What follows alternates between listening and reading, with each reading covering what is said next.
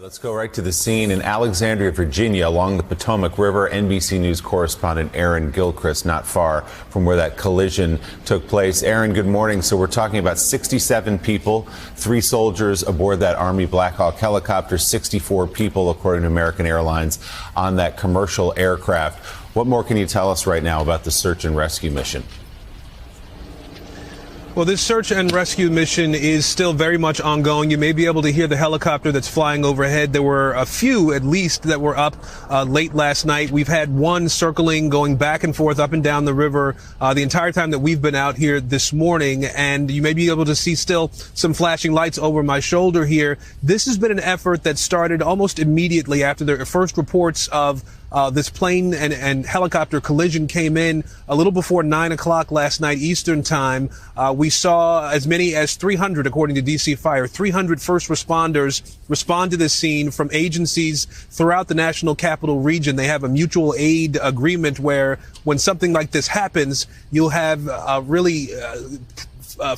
responders from DC and counties in Virginia, Maryland, federal responders, state responders as well, all show up at the same time. They've been in the water. Divers have been in the water through the night, along with boats on the water, going through, as we understand, the fuselage from the aircraft, the regional airplane that went down here, as well as that Black Hawk helicopter. Again, trying to find some of those passengers, trying to find some of those crew members who went into the water with these aircraft last night. As you noted, at this point, we don't know that any survivors have been found, and we don't officially have word that bodies have been recovered, although sources have told our affiliate here that is 12 or more bodies have been recovered to this point. That question was put to D.C. Mayor Muriel Bowser last night, or rather this morning, during a briefing that she gave. She wouldn't answer it directly about the number of people who may have been recovered or who may have survived here. We do expect, Willie, there will be another news conference around 7:30 this morning after the sun comes up, at a point at which we think that first responders will be able to have even more,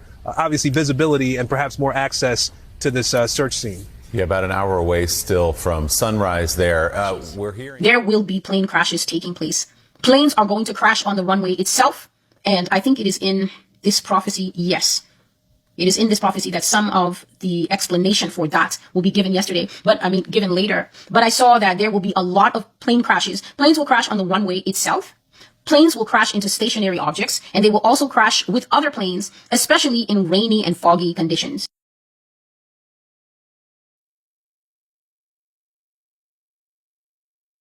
Horrible mishaps are going to be made by air traffic controllers to the point that when planes are cleared for takeoff, they will be cleared for takeoff on the same runway at the same time. And the air traffic controllers will not note the proper takeoff order, and it will result in a tragic event. Excuse me, please.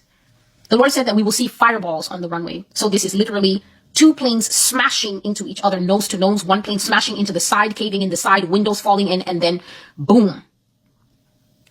We will see fireballs on the runway. We will see fireballs in the sky too, as planes blow up from technical problems or catch fire soon after takeoff, or when they've gained some altitude. They're just going to have some kind of technical mishap, and we're just going to see that entire thing exploding as it's in the ascent, or when it's climbed up and it's leveled off, and then you see it higher up in the sky. And God says that some planes will catch fire and have to come down again, and only some of them will be successful in catching fire, and the pilot may be managing to turn the thing around or quickly bring it down. He says that some of them will unsuccessfully come down because of the fire when they catch fire, and it's going to result in very terrible tragedies that will be all over the news. And so if I can give the sense of what I saw happening, there's going to be something that will start happening, people, and you need to be very careful. And I've already been telling my intercessors this for quite some time. Whatever you do now, you need to check it and double check it. You need to check it and double check it, because when I say this, it will sound like, oh, it may sound spooky and kooky, but it's not. There is spiritual activity going on that may be done with hands that we can't see, little hands touching things that we can't see, or the mischief of the devil himself. But whatever you do from now on, check it and double check it. Lock your car. Don't walk away. You're going to start experiencing phenomena like this. You'll click it and the car will say tweet, tweet, but it will not lock. You have valuables in that car. The car will make the sound that promises you, I've locked the way I always have locked in the past. Something will prevent that thing from locking. And no, it's not for those who always are looking to gainsay what I say, to overturn what the Lord is saying. For those who are always, because their minds are carnal and they are fleshly, and so the things of the Spirit, they cannot hold it. It just leaks out of their ears like water. So everything has to have a natural explanation to them. Not so. There's going to be interferences, because the veil between our world, and I'm going to use the right side, we as humans, we have the right to be here on earth. So the right side is for us. There will be interferences from the other side, because the separating veil between the two sides is getting thinner and thinner. You put something on the table, you know you put it there, it's not going to be there, and you have no children, and you live alone. You lock your car, it's not going to lock, and then you're going to suffer a loss. Your paycheck is going to be in there. Something you just bought is going to be in there, and it's going to go missing. This is what was happening to the air traffic controllers. They looked and they saw numbers and they read and they calculated and they said runway 5 and runway 1 are far enough apart. You guys can literally run parallel at the same time.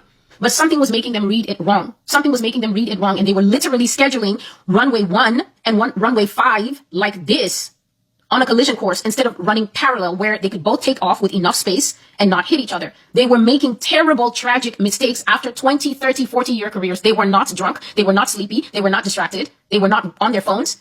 They were locked into their jobs. They looked at the monitors. They read a certain set of numbers, and then they went Delta 99 and Delta 43, and they gave information. And then it was wrong. It was inexplicably wrong. They could not explain how it got the way it got, because now when it came time for the investigation, it was the way it was after it had gone wrong. But it was not that way when these men and these women looked at it in the beginning. And yet, who is going to believe them? The tragedy had happened.